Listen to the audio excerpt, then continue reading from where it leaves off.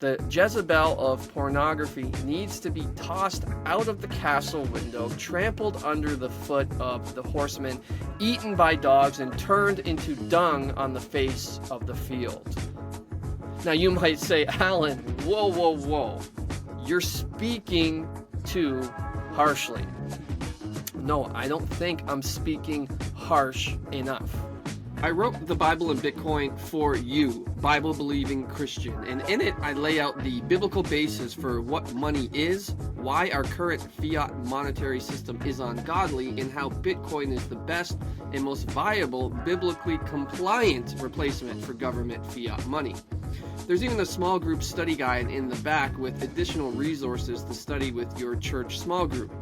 Get it on Amazon or pay with Bitcoin at thebibleandbitcoin.com for a discount. Welcome to another episode of the Bible and Bitcoin podcast. As always, I am your host, Alin Armstrong, and today I will be the guest. Today's episode, I want to make my life a complete open book for you all and share my testimony with you of how I came out of pornography, how the Lord can even free you from pornography, because it is an absolute problem. Lately on Twitter, if you've been noticing, a lot of people have been posting about whether or not Elon should consider banning pornography from Twitter.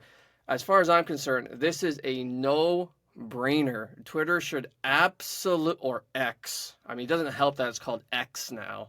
We all know what X is associated with, but it doesn't help that porn has been so rampant, even on a platform like Twitter. And so, should Elon ban it? Absolutely. Should it be banned completely?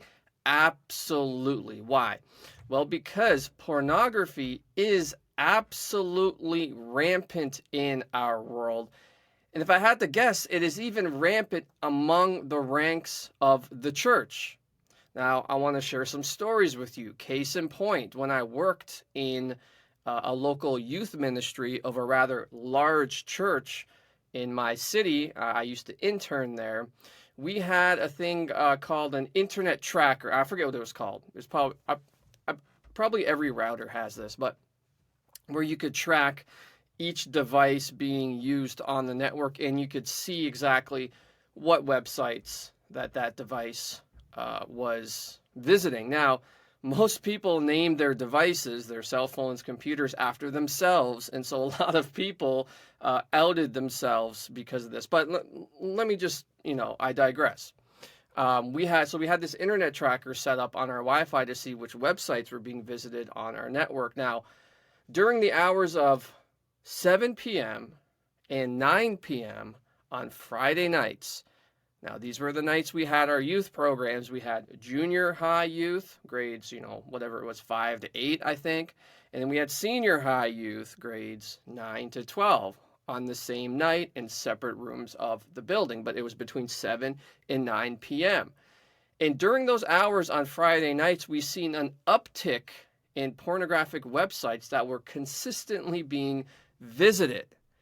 Now, we had to try to fix this, but at the end of the day, these kids were visiting these websites, and we could put blockers and do whatever, but that was not going to fix the fundamental problem, because once they left the building and got on another network or another whatever, they could just visit those websites all over again. Also, another interesting fact is when I do go preaching out in the streets, here's a tip for you guys if you ever go preaching out in the streets. The easiest way to hook young men into a gospel conversation is very simple. Just point at them and say this: "Hey, you, young man, yeah, you, I know that you're watching porn." This will get them to engage with you every single time. I remember I was at a fireworks thing happening locally, and before the fireworks started, people were filing into the park, and I would stand on the sidewalk, and no one wanted to talk to me. It was mainly teenagers and young people. No one wanted to talk about the gospel until I said, "Hey, I know you're watching porn." Then all of a sudden the floodgates open, and I had young people surrounding me saying, "Yeah, what's the big deal about it? Yeah, of course I am. Yeah, we all are," cheering and doing all types of stuff.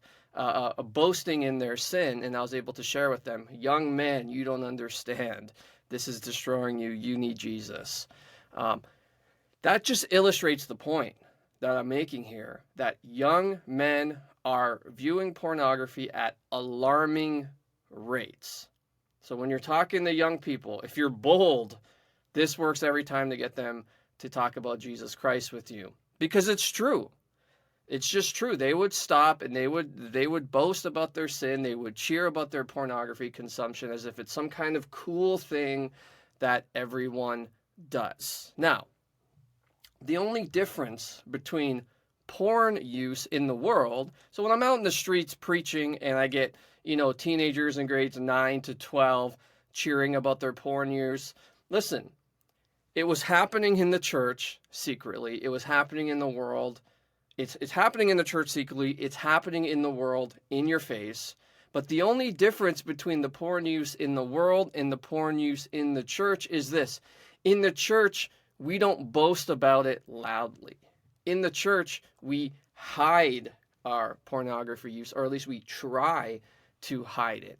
And being in both of these worlds, I was able to make this, to see this perspective that just because you're in the church doesn't mean that this is not a problem. It is a huge problem. And I would wager to say that the pornography use in the world and in the church is probably similar at the same rate.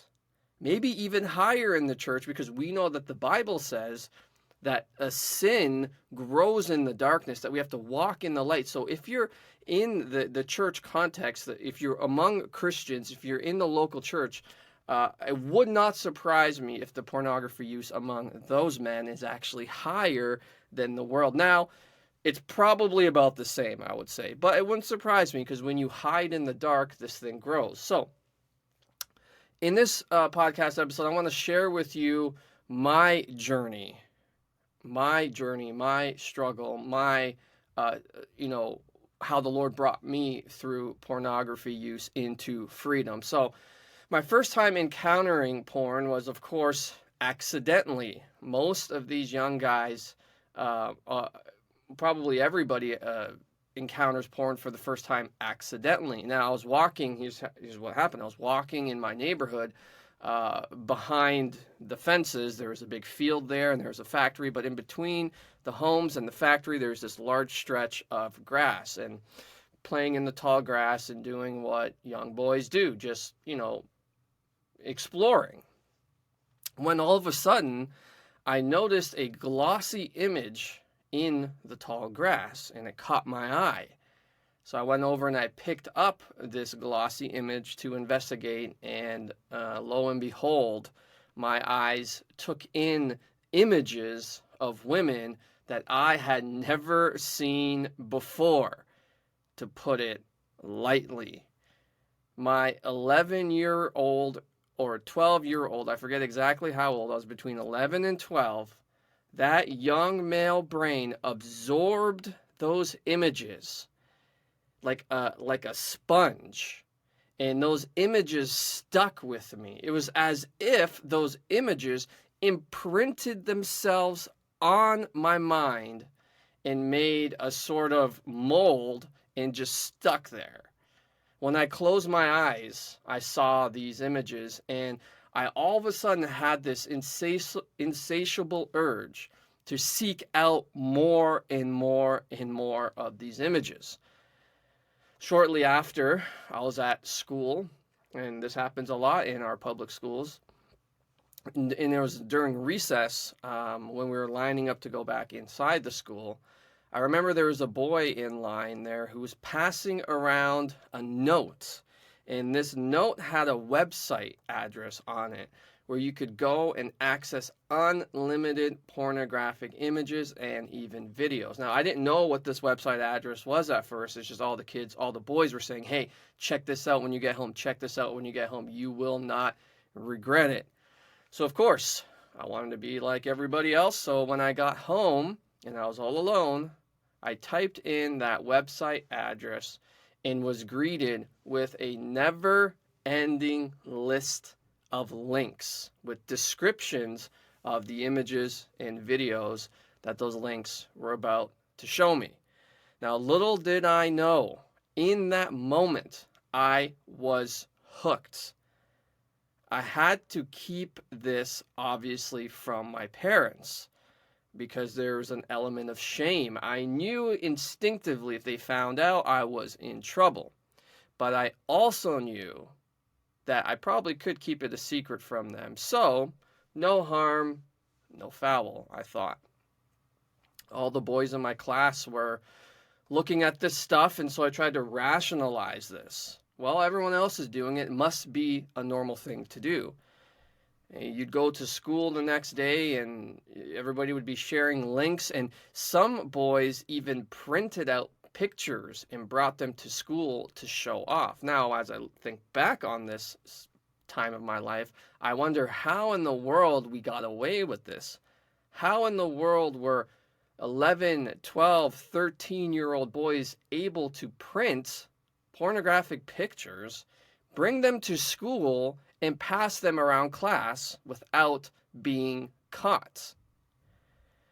In the summer that followed, me and some of my buddies would go to the corner store, and we had a plan. One of us would distract the cashier while the other, more tall boys would go to the magazine rack and swipe the magazines from the top shelf. Of course, we know what's on the top shelf.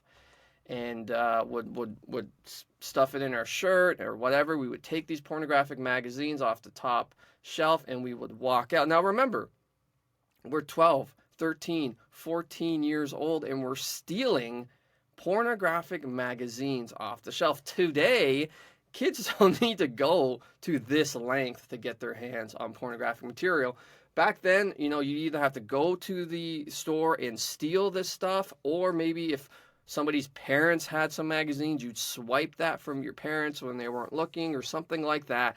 But we went to the store, we would steal. Today, kids don't need to do this. They don't need to become thieves. All they have to do is have access to a device that has the internet, and lo and behold, they have complete, comprehensive libraries at their disposal. And not only that, it's not like they even have to go out to search for this stuff. If you're on these apps like TikTok or whatever for long enough, pornographic material will find you. It's actively seeking our young people. So we have to go out of our way today. The pornographic industry goes out of their way to make sure young kids are seeing their product, if you will.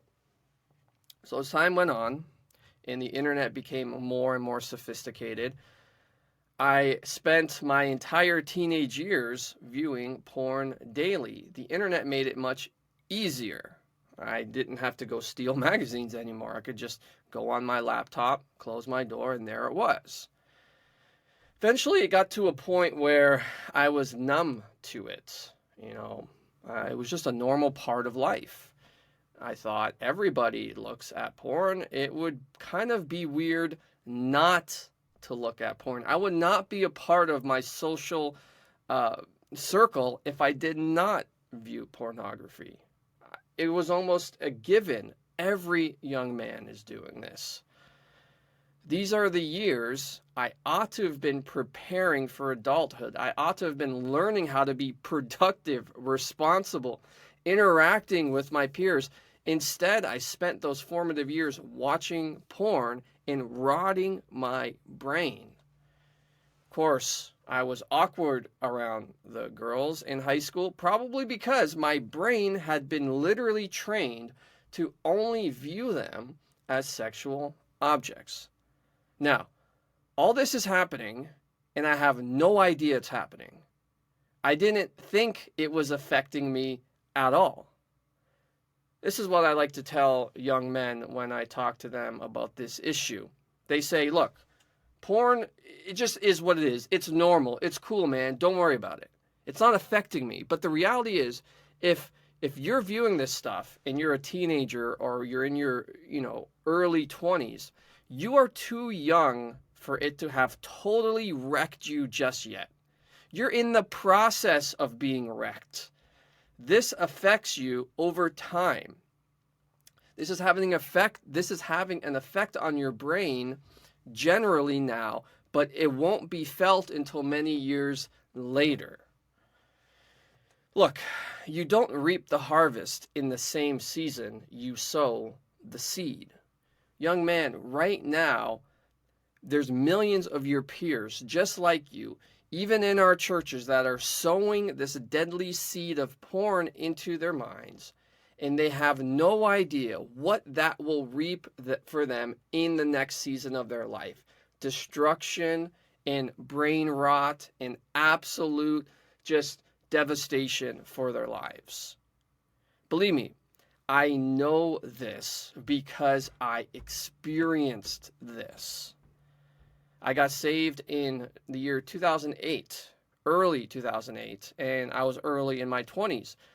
And guess which secret sin plagued me the most? Of course, it was porn.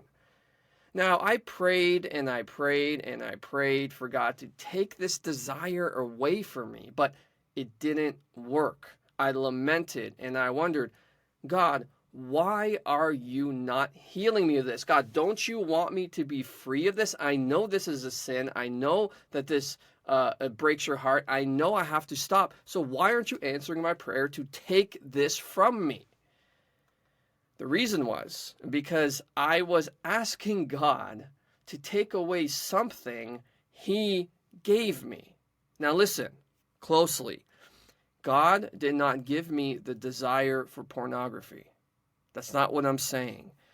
But he did make me a male, so he did give me my sexual desire. The Bible tells us that there are some people who have been given the gift of celibacy, but for the vast majority of us, males and females for that matter, that's not the case. God gives most people the gift of sexual desire. Why? It's very simple. Because without it, we would have no incentive to multiply, to fulfill the dominion mandate. Without your sexual desire, why would you have a family? Why would you pursue the opposite sex? Why would you want to be married? Why would you want to build civilization? There was no incentive for it. It's that desire, it's that drive that God has given you in order to fulfill your image of God purpose. Look at what it says here in Genesis chapter 1. So God created man in his image. In the image of God, he created him. Male and female, he created them. Already we see here the dual opposite sex creation of the image of God. He created man, Adam, in God's image. He created man, Adam, male and female. Why? Because the male and the female complement each other for this purpose. Verse 28, and God blessed them, and God said to them, be fruitful and multiply, and fill the earth, and subdue it, and have dominion over the fish of the sea, and over the birds of the heavens, and over every living thing that moves on the earth. There it is. God creates man, male, and female, and the first thing he says is be fruitful and multiply, because the male and the female presupposes that they go together. That fruitfulness comes out of our identity, and it's that gift of sexual desire that propels this mandate forward. You cannot be fruitful, you cannot multiply without sexual desire. I mean, I suppose you could, there'd be no incentive for you to do it. Your sexual desire is not bad. It is not sinful. It's just misguided. And that's what I missed. That's what I wasn't seeing. From that formative age of puberty to adulthood, porn had stepped into that gap and misaligned my God-given sexual desire. Men were never meant to have access to rapid-fire sexual images of women whenever he wanted. This is unnatural. This is not how the male brain was wired by God. God wired you, and he wired me for intimacy with one woman in the context of social, responsible community. Porn tricks your brain. It tricked my brain into thinking sex carries no responsibility. This is why porn doesn't just affect you individually, it affects the whole community you live in, the whole world. It tricks your brain, it rewires your brain to divorce sexual intimacy from social responsibility. You think sex is just for pleasure, but no, God made it to be to help you grow in your social responsibility and to be pleasurable into one package. Now, abortion, sex trafficking, all this stuff comes as a result of our twisted brain, our misguided idea of what it means to be made in God's image and what sexual desire is for. We think it's just a quick thrill and you move on. But in the real world, sexual intimacy carries tremendous social responsibility. Look, you have to meet a woman. You have to meet her family. You have to meet her father. You have to meet her friends. She actually has to like you. You have to marry her. And then after all of that process, you get intimacy with her. However, even then it doesn't stop, because that's followed generally by children coming into the world, more responsibility. This is the dominion mandate, to be fruitful and multiply. It does not divorce sexual intimacy from social responsibility. The two have to come together. The two have to complement one another, or else we see a destruction of the dominion mandate, actual turning on the head of the dominion mandate that says, don't be fruitful, don't multiply, and let the earth take dominion of you, be ruled by your own desires, your own animalistic, sinful desires. The dominion mandate says, be fruitful and multiply. When we don't understand that in context of being made in God's image and what sexual desire is meant to do, make us socially responsible and build civilization, it actually ends up destroying civilization. And this was the paradigm I was missing. Even as a Christian, no one taught me this stuff. I was told in church stuff like, look, porn is bad, but don't talk about it too much. I remember I came up with a precursor to my course. Slaying the Beast was a seminar, and I came up with the seminar, and I wanted to run it at it was at the same church where the youth were watching porn in the bathrooms from 7 to 9 p.m. Maybe it wasn't even in the bathrooms. Maybe it was right during service. It's not like we had people looking at people's phones over their shoulder. The reality was, between 7 and 9 p.m., youth were watching porn during the youth ministry hours. That same church, I came up with a seminar, and I wanted to promote it, and they kept it hush-hush. No, we don't want people to know. Porn is icky. It's embarrassing. We'll let you run the seminar, but we're not going to advertise it. Or if we do advertise it, it's just going to be, this is how it was advertised, as a men's ministry night. A men's ministry night. They wouldn't really let me push the envelope here. So, look, it was taught to me like this. Porn's bad. Don't talk about it, though, or keep it hush-hush. Now, eventually I did get married. And that pull to come back to porn, it didn't go away with marriage. A lot of people think, well, I'll just get married and the temptation will go away. It will not. It was a long and a bumpy journey. I'd have like a month of sobriety, and then I'd fall back. But now I had a wife who would be disappointed, and so the shame got heavier on me, and no matter how much progress I made, even one slip-up seemed like the whole world was ending. How in the world could I be free from this monster? It wasn't until I got into a small Christian men's group that was disconnected from any local church, because as I just said, a lot of local churches, they don't really want to deal with this. We were a bunch of guys from different churches that I began to see some lasting success. We were open and we were honest. There was no church hierarchy to sort of hide behind. We kept each other accountable, and that group really helped me to realize this one very important thing. You will struggle with this for life. I had to come to terms. I am addicted to this thing, and it's going to be a temptation forever. That was actually quite freeing. That was actually quite liberating to actually say that. Now listen carefully. that doesn't mean you're going to use it your whole life. Doesn't mean you're going to view it your whole life. No, it's just an acknowledgement that you are weak and you cannot kick this thing in your own strength. I have to remain vigilant forever. I can never take my foot off the pedal and say, yep, now I am completely overcoming it and it's good and I won. No, I must always be vigilant, always be attentive, because it's when you take your foot off the pedal, it's when you begin to think, I figured it out, that the temptation comes and you succumb to it. Now, I will say, for some, overcoming porn does happen overnight. God can heal you in just a moment of time like that. But for most, it's not like that. For most, our journey with overcoming porn is a lot like the Bitcoin price. It's very, very volatile. And that's how it was for me. I couldn't expect to reverse decades of corruption. Listen, I looked at porn every single day for well over a decade. You cannot reverse that like this. God can, and he does.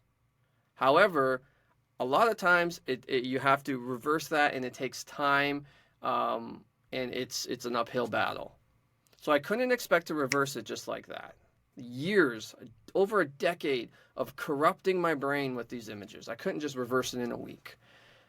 Porn is a serious addiction, and it literally rewires your brain. God did not make your brain to view these images rapid fire, different women, boom, boom, boom, boom, boom, one after another, every day for over a decade during your most formative years of your life. He did not make your brain like that, and it does rewire you. It does. It creates like a neurological gorge in your brain that you have to reverse over time. And the good news is you can, and I believe you will. One really powerful antidote to crushing porn under your feet that's helped me a lot is to just bring it to the light. I can remember a time at my old church. Now, this was the same church I've been talking about throughout here, where they did cardboard testimonies. And I'm surprised they let me do this, to be honest. But basically, you would have people write on one side of a poster board what their life was like before Jesus Christ. So it would say something, and then they would flip it around, and it would be a description of what Christ did for them. So I decided, this is an easy one for me. So I'm going to write on one side, addicted to porn, and then on the other side, addicted to Christ.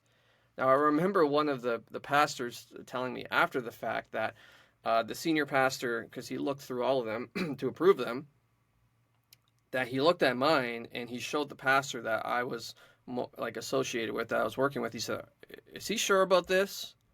Is he sure he wants to do this?" And he says, "Yeah, I think he is serious about doing it."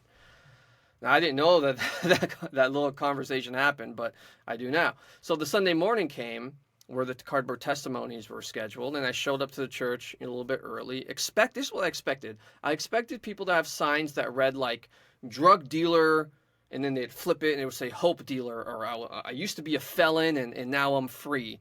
But what I found was everyone in the back looking at my sign going, patting me on the back saying, "Wow, you're so brave. Thank you for doing this." And I'm like, guys, wait a minute. Aren't we all supposed to be brave here? Why am I the only one who's brave right now? I thought we were all brave together, but for some reason I'm the only one. And I would look at their sign and it would be very, very generic.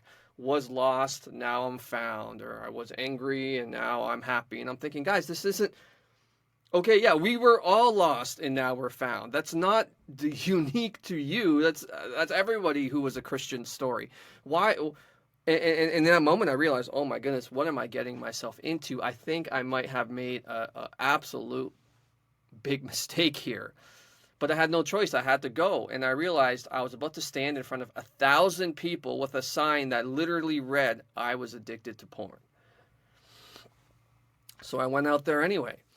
And something amazing happened, because a burden was lifted from my shoulders. It was now out in the open. I brought my sin to the light. I had no more shame. This grip of darkness was vanquished, and I took a significant step forward in living free. As time went on, God showed me more and more how heinous pornography was. I used to think it was just for men and women who would make these videos for money. It was a business, whatever. But what I didn't see was the sex trafficking, the human slavery that this industry incentivizes, the abortions, the rampant drug use, the suicide among those in the pornography industry, the residual effects of families and marriages and shambles and children left in single-family homes. When I stepped outside myself, I saw a web of evil, of wickedness, of deceit that can only be described in the words of Proverbs 7, which describes the wicked woman, if you will, to put it nicely. It says, with much seductive speech she persuades him. With her smooth talk she compels him. All at once he follows her, and as an ox goes to the slaughter, or as a stag is caught fast, till an arrow pierces its liver, as a bird rushes into a snare, he does not know that it will cost him his life. Proverbs 7:21-23. You think this thing is harmless when you're young, but before you know it, not only are you caught in the trap, but the entirety of civilization of the castrated men that have been destroyed are right beside you. I realized defeating porn was not just good for me. It was good for civilization. Look, I can't be entangled in this sin, not because it's good for me to be free only, but it will hurt my neighbor through the residual effects of this evil wickedness. It's not just about you. And maybe you've gotten this far and you're thinking, okay, man, I'm glad it worked for you, but I'm too deep. I've tried everything. I can never kick this thing. Look, I'm living proof that you can and you will if you just don't give up. And there are many others. Listen to the words you're thinking, you're saying, I will never kick this thing. Maybe not for you. Don't do it for you. Do it for others. Because as a man, you have been wired by God to protect and to serve.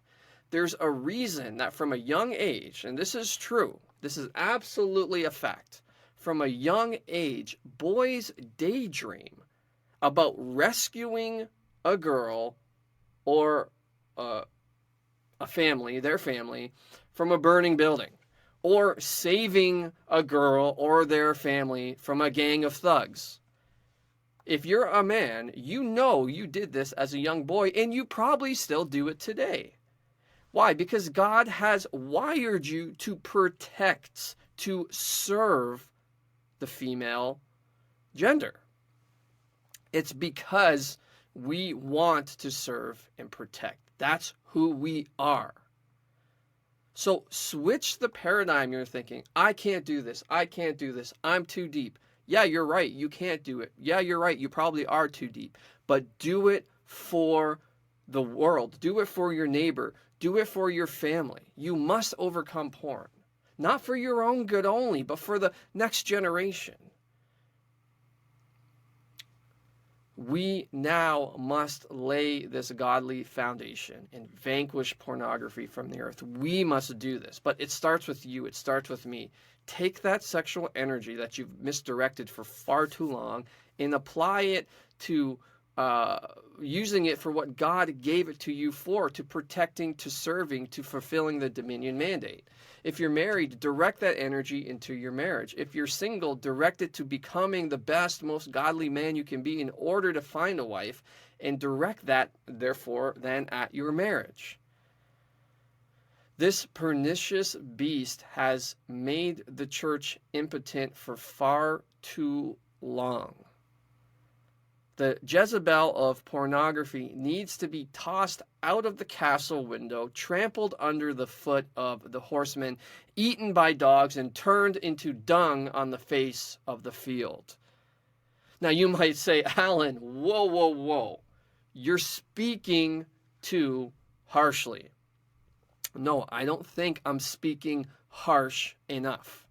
Porn is a merciless dragon that wants to tear you limb from limb and destroy your life and your civilization. Porn wants to castrate your sons and make your daughters into sex slaves. And you're telling me I'm speaking too harsh. The enemy laughs, cackles at your limp-wristed criticism because he knows you are easy, effeminate prey. No, no, no. Enough is enough. Enough is enough. I've created a program for you to finally overcome this beast. It's called Slaying the Beast.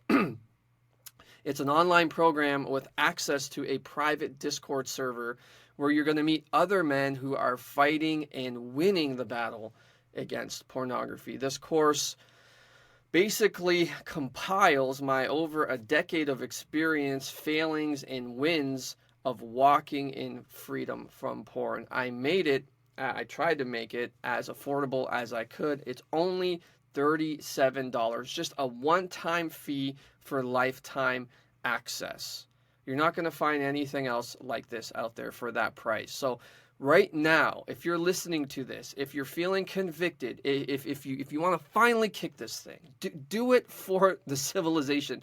Do it for the dominion mandate. Be fruitful and multiply. This is the civilization building mandate. Go to slaythebeastnow.com for your instant access. You can begin walking in freedom today. Join us on the Discord server. We will help you. We will pray for you. You can do this. By the grace of God, you will do this. Because God has made you to do this. This is your identity. We're not perfect. I'm not perfect. The temptation is there always. But together we can fight. Together we can win. And so come and join us. It's time to do this. Now is the time. Do it for your family, for your children. Do it for the next generation. Freedom is waiting for you, because whom the Son sets free is free indeed. Thanks for watching this episode. I hope it was a blessing to you. My life is an open book now. There you have it. Until next time, grace and peace. Bitcoin Well is a non-custodial Bitcoin platform in Canada and the USA. That means every single Satoshi you buy goes straight to your self-custody. They offer free withdrawals, a simple 1% spread, and they have the Bitcoin Wishing Well, where you can win up to 1,000,000 Satoshis by earning points and throwing the coin in the well. In fact, you get 5 coin tosses to the Bitcoin Wishing Well when you sign up at bitcoinwell.com/pastorcoin.